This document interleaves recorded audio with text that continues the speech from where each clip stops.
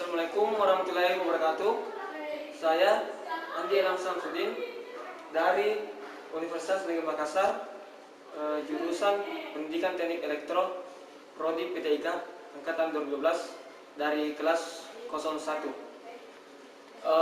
Di sini pertama-tama saya akan menjelaskan tugas yang diberikan oleh Kanda Imran atau Kak Imran, yaitu www atau biasa disebut World Wide Web. Tapi sebelumnya di sini saya akan menjelaskan tentang sistem terdistribusi, di mana sistem terdistribusi adalah sekumpulan komponen otonom yang terhubung ke suatu jaringan, di mana bagi pengguna sistem terlihat sebagai satu komputer. Maksud komputer otonom adalah walaupun komputer tidak terhubung ke jaringan, komputer terus tetap dapat berjalan. Dengan menjalankan sistem terdistribusi, komputer dapat melakukan koordinasi aktivitas berbagai sumber daya, hardware, software, dan data. Dengan definisi di atas, maka internet sesungguhnya bukanlah suatu sistem terdistribusi, di mana sistem terdistribusi dapat diaplikasikan pada jaringan tersebut. Di sini saya akan menjelaskan bagaimana World Wide Web dapat menjadi contoh dari resource sharing dengan teknologi client server, di mana resource sharing adalah motivasi utama dalam mengembangkan sistem terdistribusi.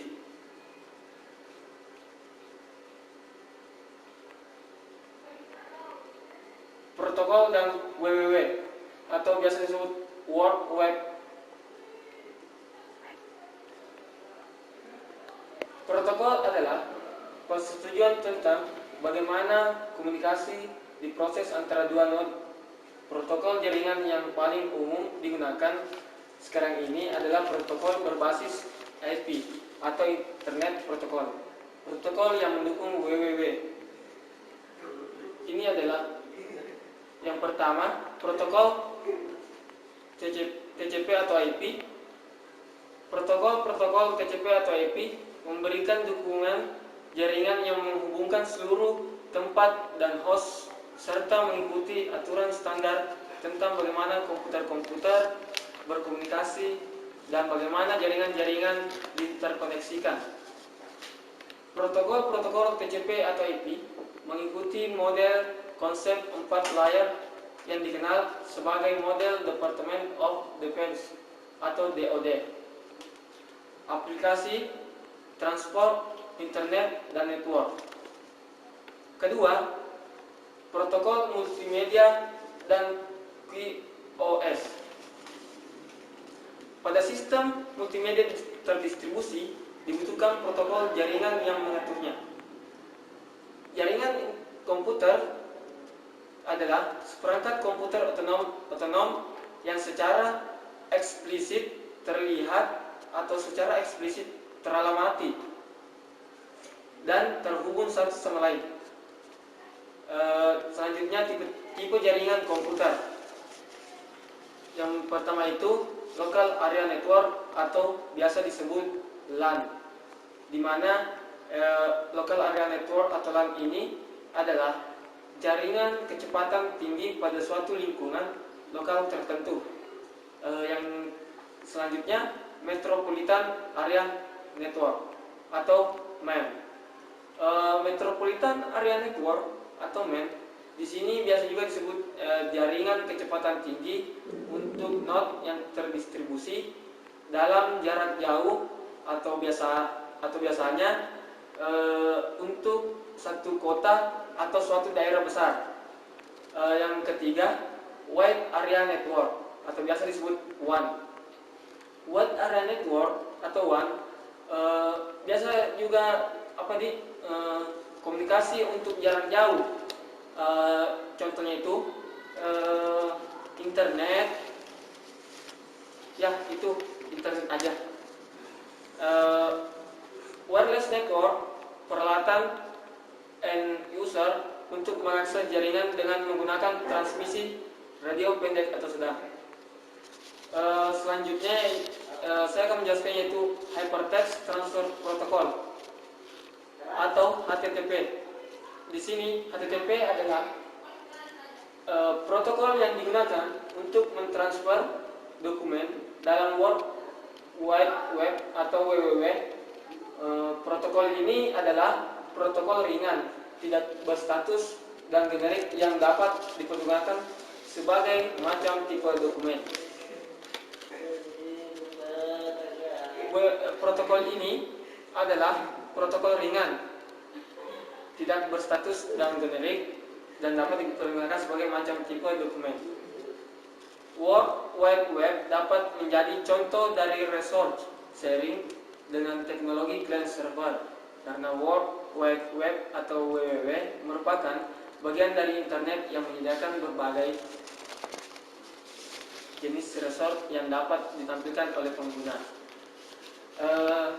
Untuk World Wide Web ini, pengguna harus menggunakan perangkat lunak atau software, yaitu web browser yang dilengkapi dengan kemampuan multimedia.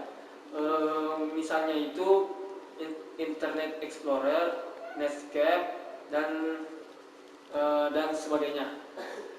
Selain itu, pengguna juga harus menentukan resource mana yang akan ditampilkan dengan memasukkan alamat internet yang disebut dengan URL atau Uniform Resource Locator. Contohnya itu www.yahoo.com, www.facebook.com, dan sebagainya. Resource sharing ke seluruh dunia melalui internet berbasis teknologi HTML atau biasa disebut Hypertext Markup Language. Selanjutnya saya akan menjelaskan soal nomor 2, yaitu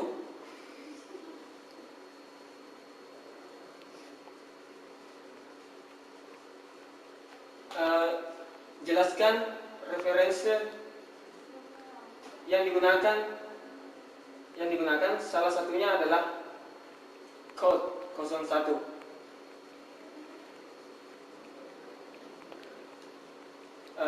Reference code atau code 01 CACH adalah sebuah penyimpanan dari koleksi data yang digunakan sebelumnya yang terletak dekat dengan si peminta data daripada penyedia data aslinya atau code 01. Hal ini dapat diartikan bahwa data aslinya lebih mahal untuk diambil, misal karena waktu akses yang lama atau untuk dikomputasi ulang dibandingkan dengan biaya untuk membaca dari cache. Saya akan menjelaskan materi ketiga,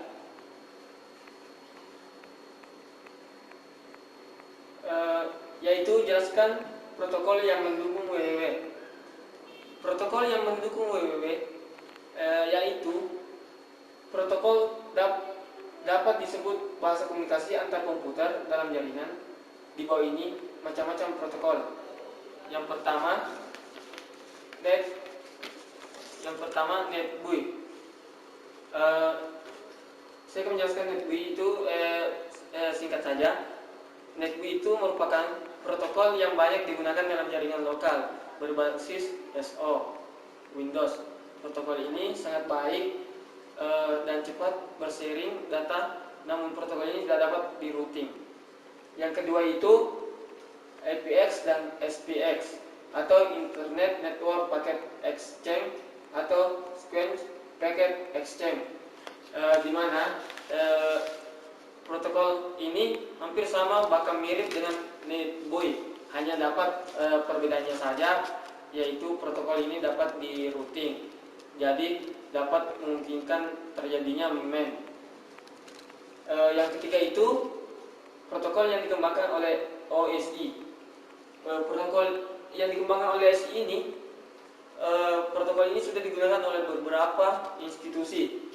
Sayangnya segala informasi tentang protokol ini harus dibeli melalui ISO, dan hal ini yang menyebabkan perkembangan ISO atau OSI menjadi lambat. Yang keempat adalah selanjutnya yang keempat adalah TCP atau IP. Di mana TCP atau IP itu biasa disebut Transmission Control Protocol atau Internet Protocol. TCP atau IP adalah protokol yang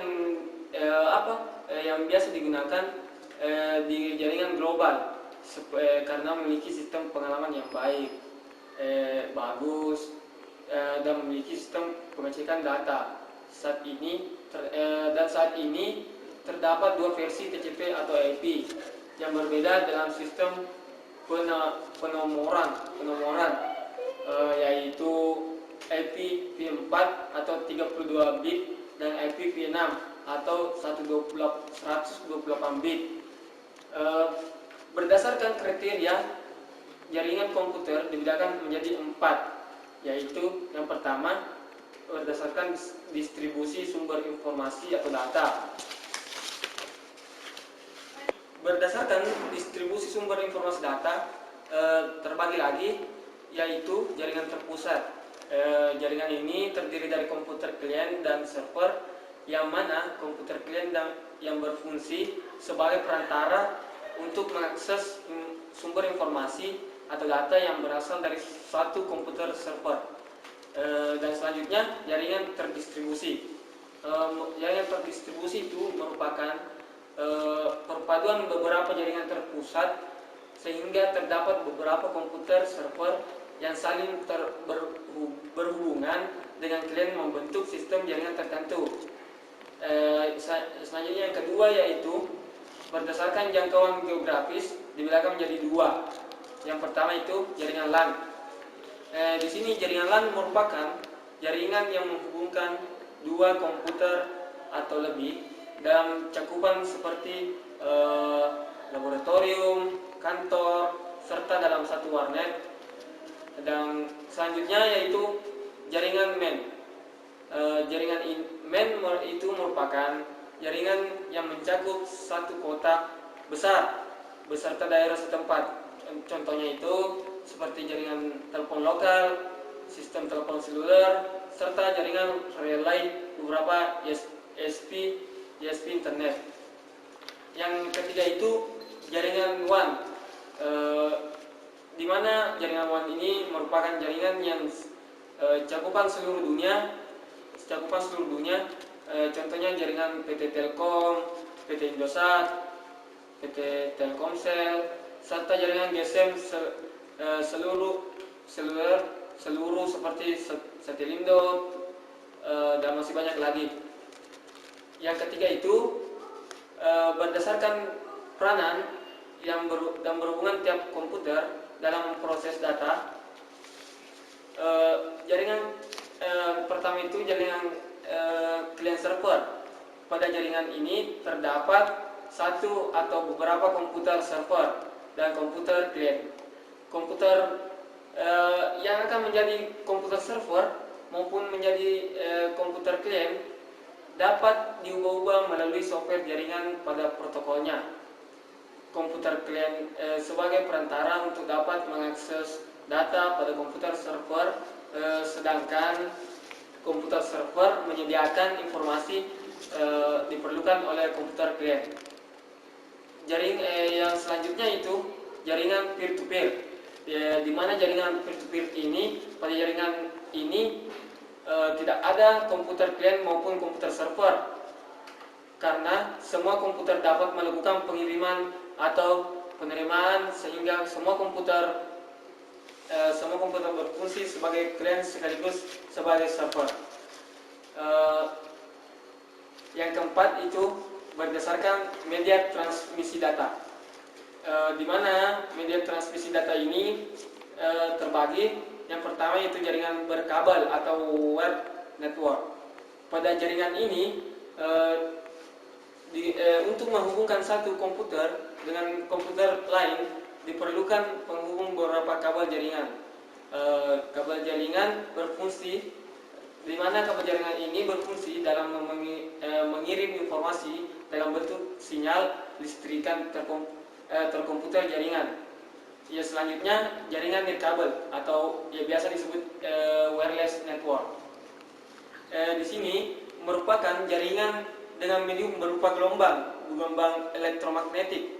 Pada jaringan ini tidak diperlukan kabel untuk menghubungkan antar komputer karena menggunakan gelombang.